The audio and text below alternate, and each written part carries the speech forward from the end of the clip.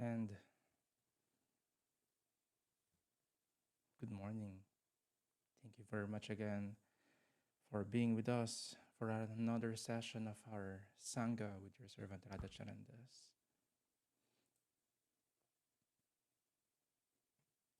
Do you find it hard to forgive?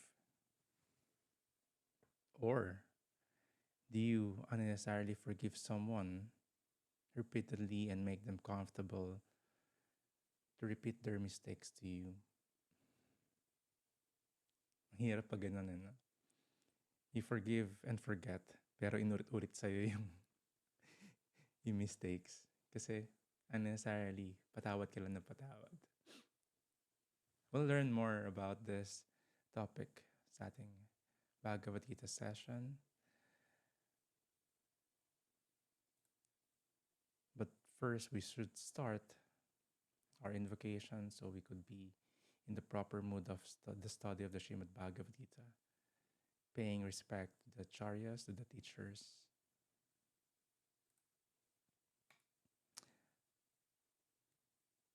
Om Namo Bhagavate Vasudevaya.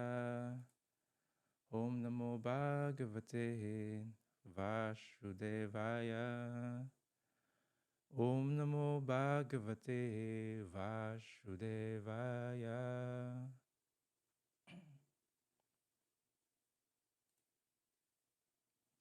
So in the Bhagavad Gita, the scenario is, nasa gitna sila ng battlefield, si Krishna sa si Arjuna.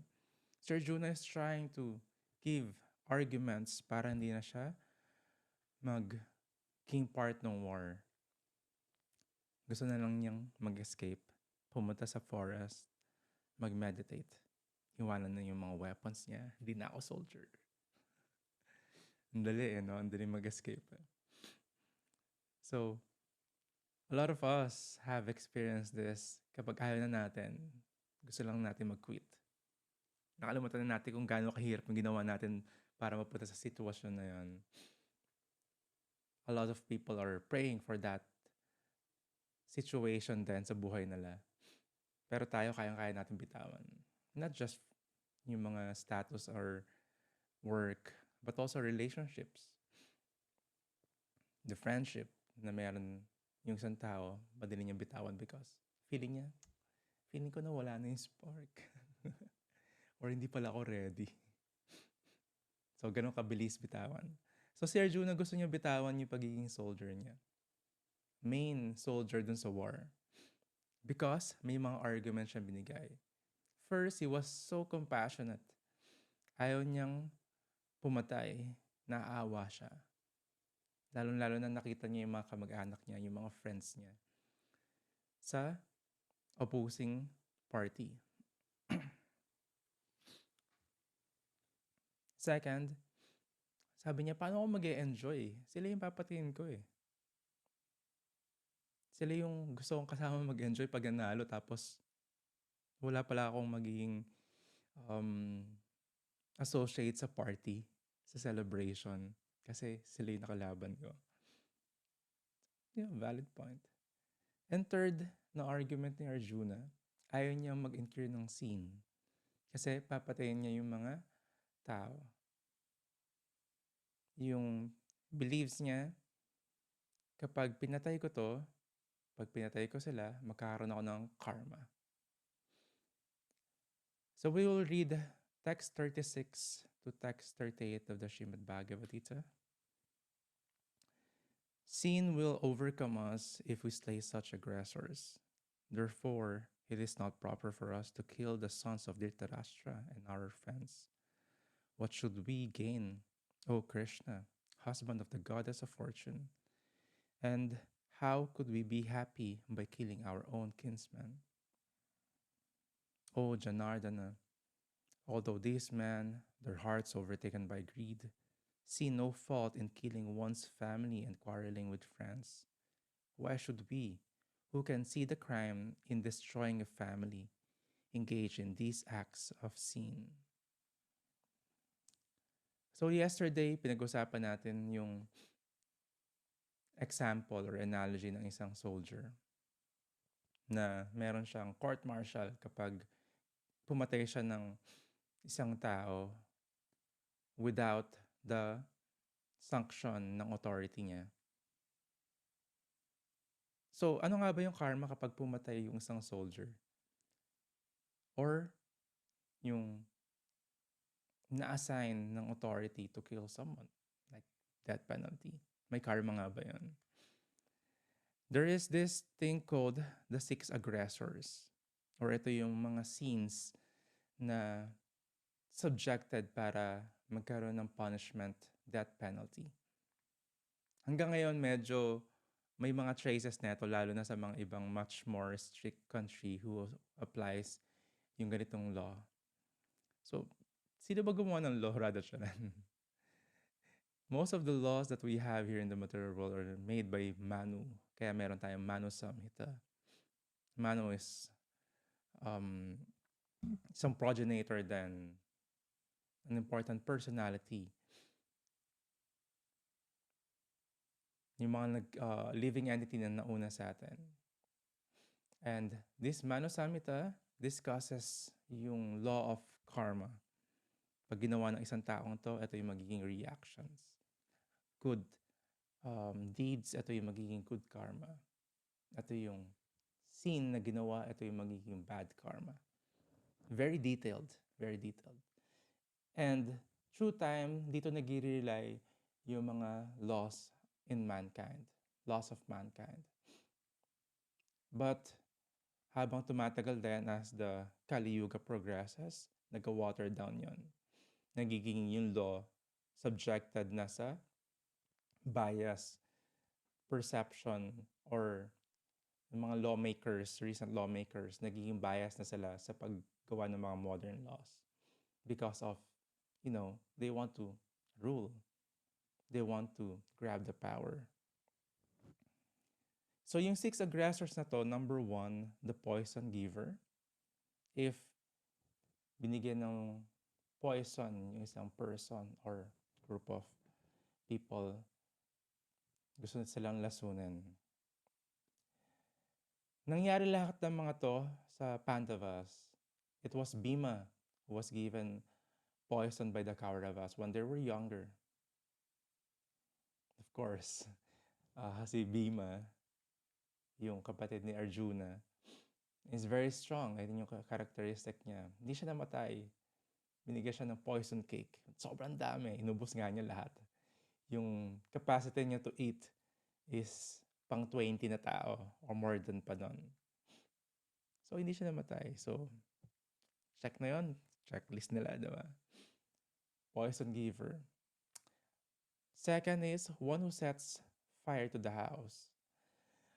Yung Kauravas, gumawa sila ng way para bigyan ng facility yung Pandavas, yung cousins nila. When they traveled, they arranged the Kauravas arranged a place for them to stay, accommodation nila. But it was made of black or flammable material. Kasi ang plano ng Kauravas is sunugin sila sa loob habang nagpapahinga sila. Fortunately, by Krishna's arrangement, natimbrihan yung Pandavas na ito yung mangyayari and they escaped. So, nasunog yung lugar na yon, yung place na yon. May ibang namatay. Akala ng mga Kauravas, sila yung mga Pandavas. Kasi andun yung mga bodies na namatay. So, check na naman. Another aggressor. Another act of aggressive scene. One who attacks with deadly weapons. So, ilang beses ginawa ng Kauravas to. They tried to kill the Pandavas with deadly weapon. So, another kind of aggressor to. Number 4, one who plunders riches. They invited the Pandavas, Yudhishthir specifically, yung panganay na kapatid ni Arjuna, para magkaroon sila ng dice game. Play, parang laro-laro lang. Pero sineryoso pala ng Kauravas to. They cheated.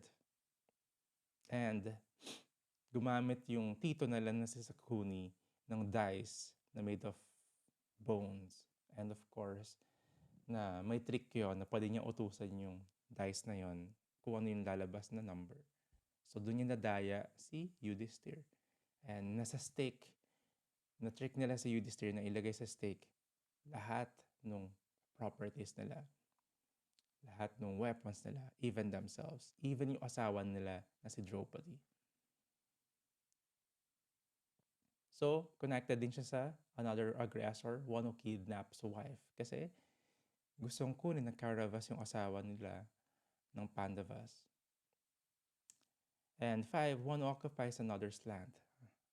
Connected here as well. Nangyari yon, kinuha nila lahat, and at the end of the dice game, sabi nila, oh sige, we'll spare your lives. Pero you have to be exiled. Kailangan nyo magtago sa forest for certain number of years. And the last year ng exile nyo na yon, is kailangan hindi namin kayo mahanap. Otherwise, mag-go back to zero yung bilang ng years. Tricky, no? Gusto nila ilagay sa corner yung Pandavas para masakop nila lahat. Para wala sa kanilang threat na si Duryodhan yung maging ex-emperor. So these all scenes na ginawa ng Kauravas is subjected para patayin talaga sila. Subjected para talaga magkaroon ng war. Bakit diniscuss to? Kasi si Arjuna nga gusto umatras. But si Krishna, binigay niya yung mga reasons. You're not an ordinary or regular person, Arjuna, para kalimutan mo lang lahat. Actually, it's your duty to kill them. Kasi ginawa nila to. Not just ginawa nila to sa'yo, pero ginawa nila to, and you are an administrator, you're a Kshatriya, you should do it. You should kill them. Yung mga arguments ni Arjuna, we have to take note of this. Kasi si Krishna sasagutin to sa succeeding verses and chapter. Kaya dun mag-flow yung usapan nila, Arjuna sa ni Krishna. Arjuna is a saintly person. Yung character niya, very godly.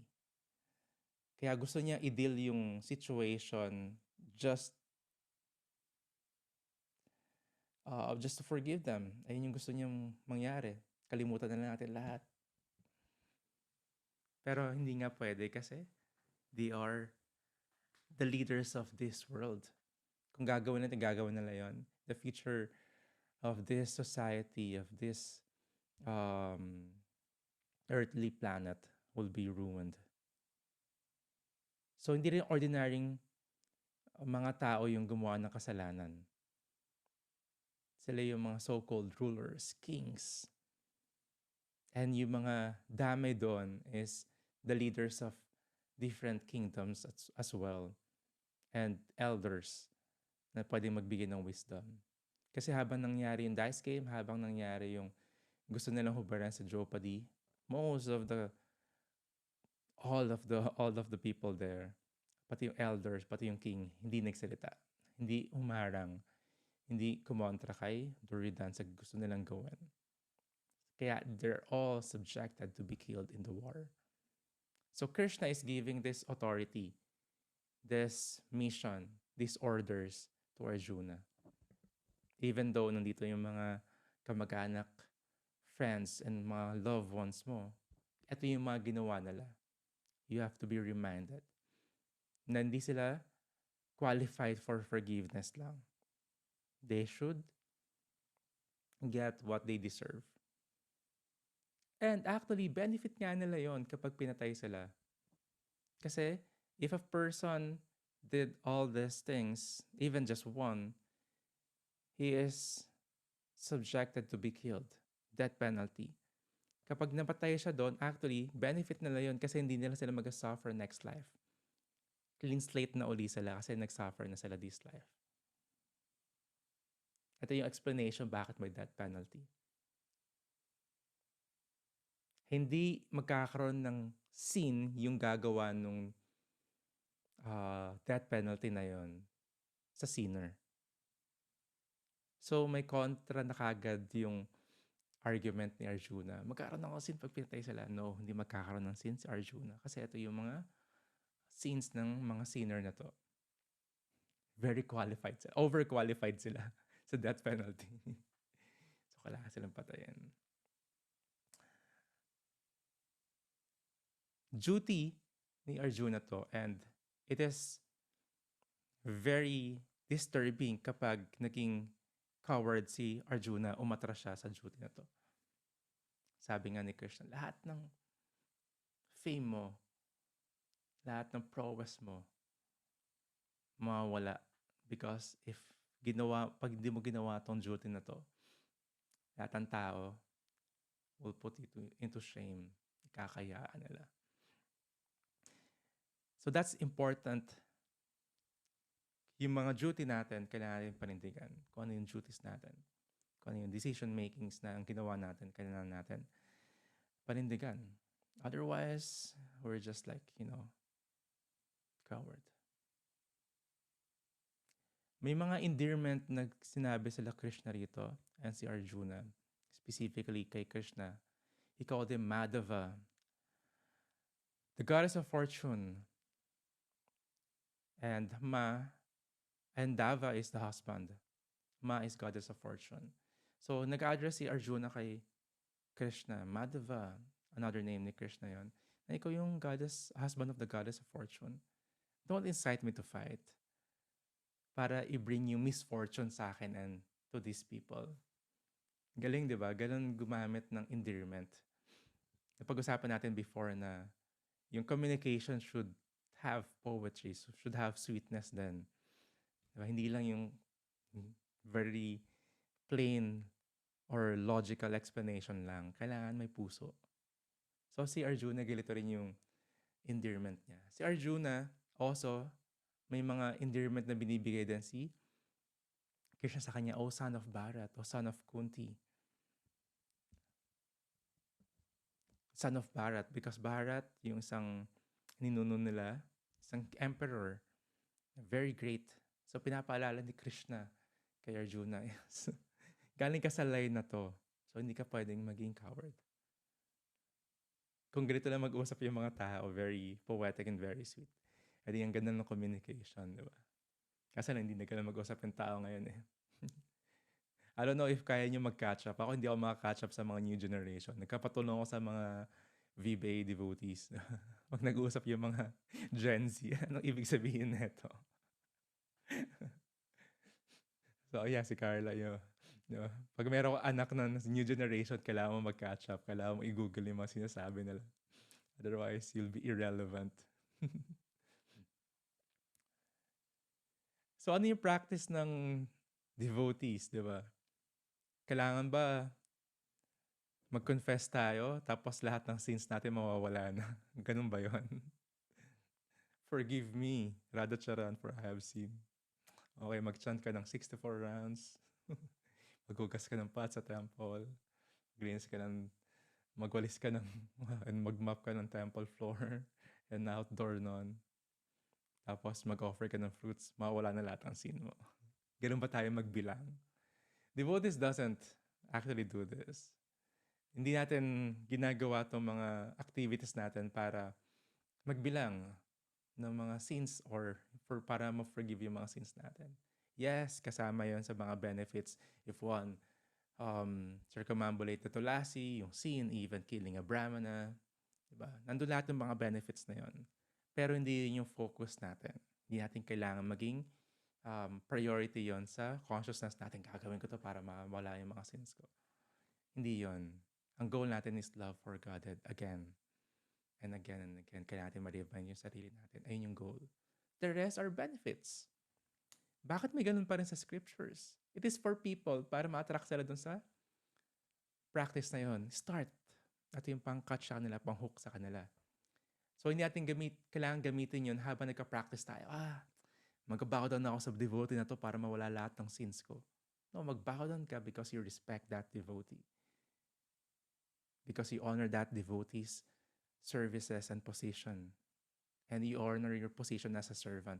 Hindi para sa'yo pa rin. Again, you don't always have to think about yourself.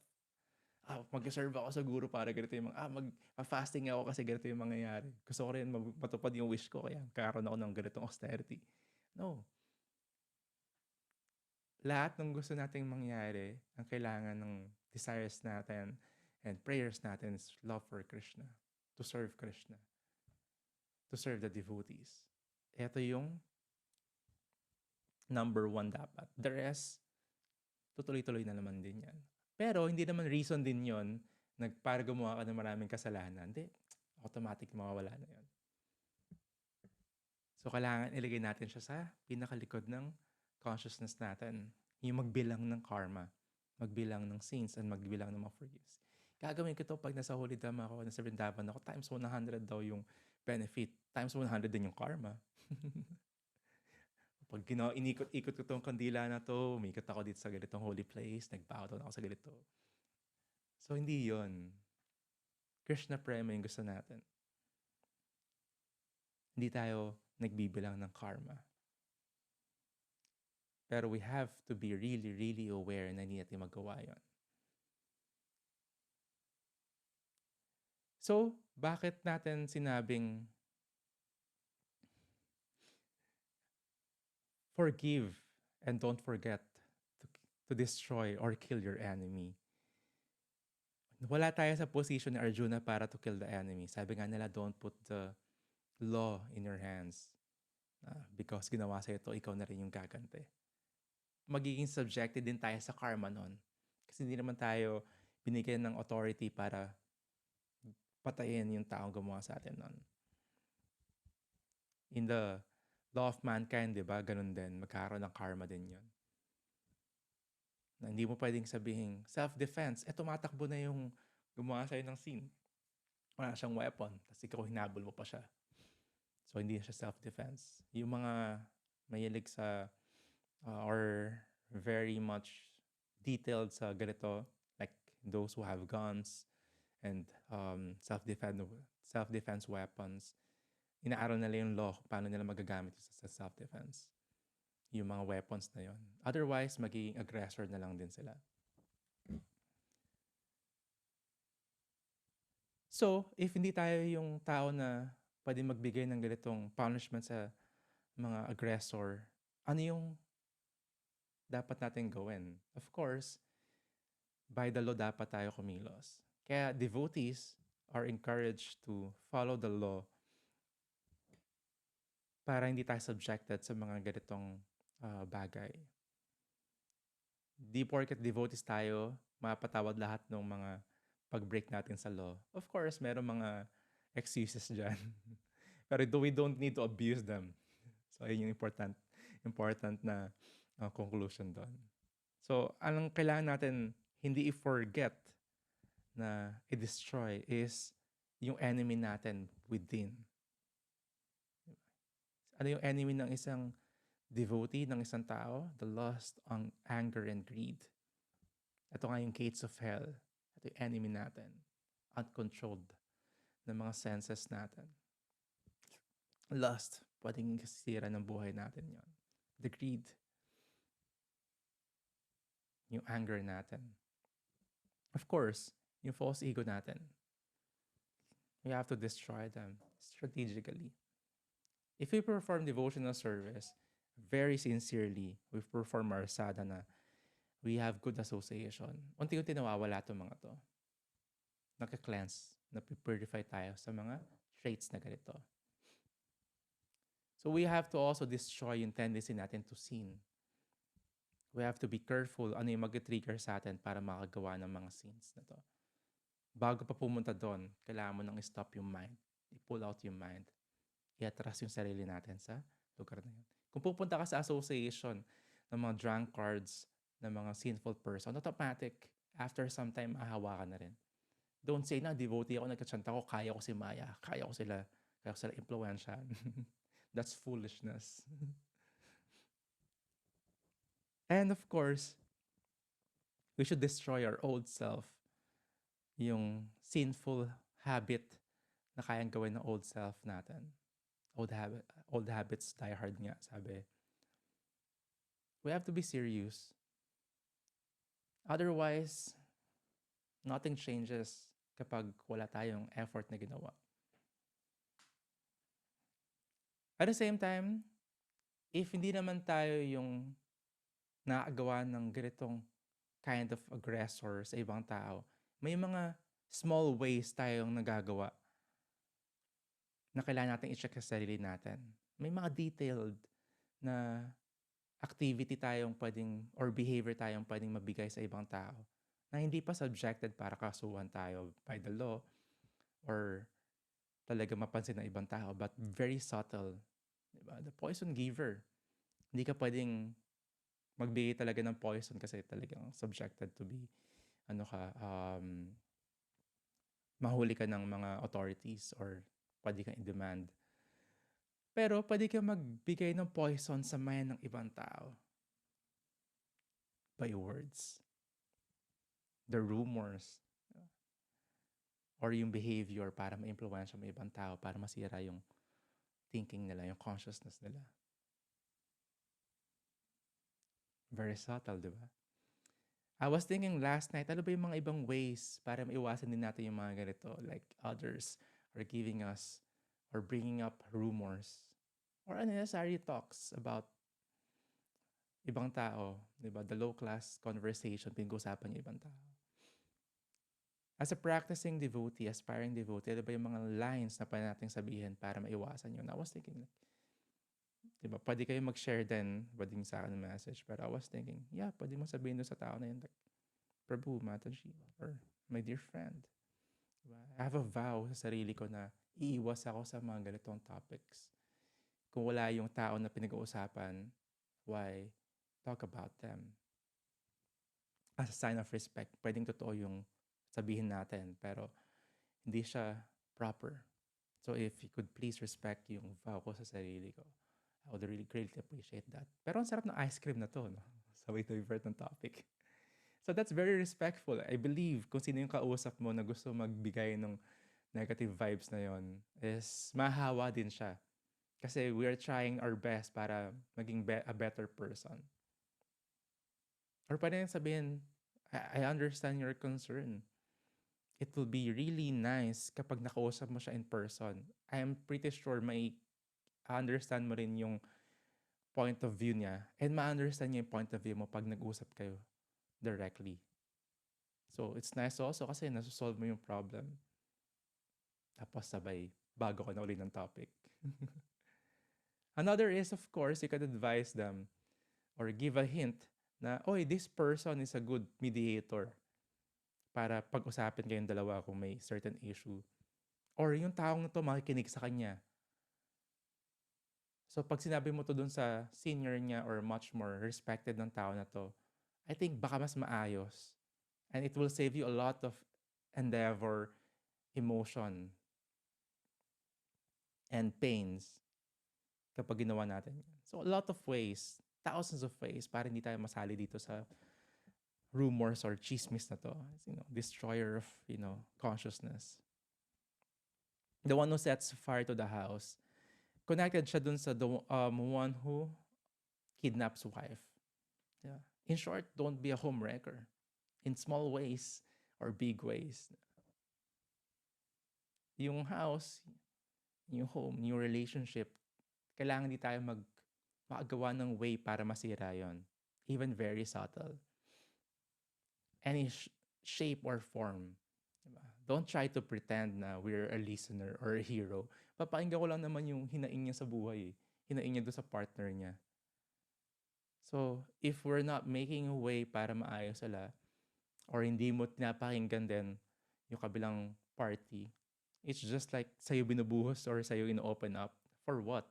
Tapos syempre ibang tao, ay grabe pala siya, diba? Dati walay mo na siya. Dapat ganito yung ginagawa niya. Pinapalala pa natin, kinukonsinti pa natin. Or ginagatungan pa natin yung sitwasyon nila. Much worse if we are on the opposite gender or may iba tayong intention pala dun sa tao na yon. Napakinggan natin. So, very subtle, nasisira natin yung relationship. So, pwede natin sabihin, oy, pwedeng gusto nyo kausapin kayong dalawa or gusto nyo may kakilala akong magaling na counselor, marriage counselor na pwede kayong tulungan. That will be much more helpful. Very kind. Hindi tayo yung magiging cause nung paghiwalay nila with so-called pretending to be a hero. Diba? Or tayo yung pinagkasalosan nung partner nila, tas tayo nag-open up yung tao na yon kasi friend natin sila. Diba? Let's make a way na hindi tayo maging subject ng jealousy ng relationship. Kasi tayo rin yung magko-contribute para masira sila. Again, very subtle to. Hindi ka pwedeng basta-basta kasuhan dahil dito. Pero pwede tayong maging contributor, factor para masira yung relationship, yung family, yung home nila. Diba? So, konektado yun dun sa one who kidnaps a wife. So, hindi natin pwede sariain din yung tingin niya dun sa relationship or sa asawa niya. Because of false advice or paggatong natin. Very small detail. Pero if we could be a gentleman kung paano natin tulungan sila, dun tayo sa proper way. Much more Krishna-conscious way. One who attacks with deadly weapon. Of course, hindi natin basta-basta magagawa din to in real life. Pero, yung isang weapon na very sharp is our tongue. We have to be careful kung paano tayo gagamit ng ating words. And hindi tayo maging trauma giver din sa ibang tao. One who plunders riches. Hindi lahat mayroong riches din. Pero ang advice ng scriptures is avoid yung mga illegal stuff. Di porket practicing devotee tayo, hindi tayo subjected sa law. So, we should avoid that. Kasi pwede siyang lugi ng ibang tao naman. Nakawan natin yung ibang mga tao. And one who occupies another's land. Siyempre, iba yung game ng real estate, di ba? Hanggat wala pa yung titulo, pwede mong bilhin or whatsoever. Pero hindi mo pwedeng, of course, sakupin. Cause of war yan. So, ano yung practical way para hindi natin magawa to, di ba? Pag nanghiram ka ng gamit, soli mo. Hindi mo pwedeng angkanin or hiramin forever. Sa akin, pag may nanghiram ng gamit, pinipicturean ko, this is the evidence na nasa iyo tong libro na to. Di ba? Kasi, umiikot talaga siya. And sometimes, nag-anniversary na yung mga gamit natin sa ibang tao. We should make a way how to become a gentleman in this act na manghiram. Hindi maiwasan yun, di ba? Sabi nga, panghiram ka ng kotse, fill it up, yung gas, di ba? Or at least palinis mo, di ba? Soli mo na mas maganda. Like a brahmana, if pumunta sa isang lugar, dapat pag alis nila mas malinis. So these are the kind of ways we could practice para hindi rin tayo maging aggressor in our own small petty way. Hindi rin tayo makadisturb ng ibang tao. Thank you very much. And as we always say, the Bhagavad Gita is a mirror para makita natin yung sarili natin. Para makita natin yung mga wrong things na pwede pala natin ginagawa. Magkaroon tayo ng reality check. Magkaroon tayo ng reflection and introspective stimulate yung mind natin para magkaroon tayo ng introspection sa buhay.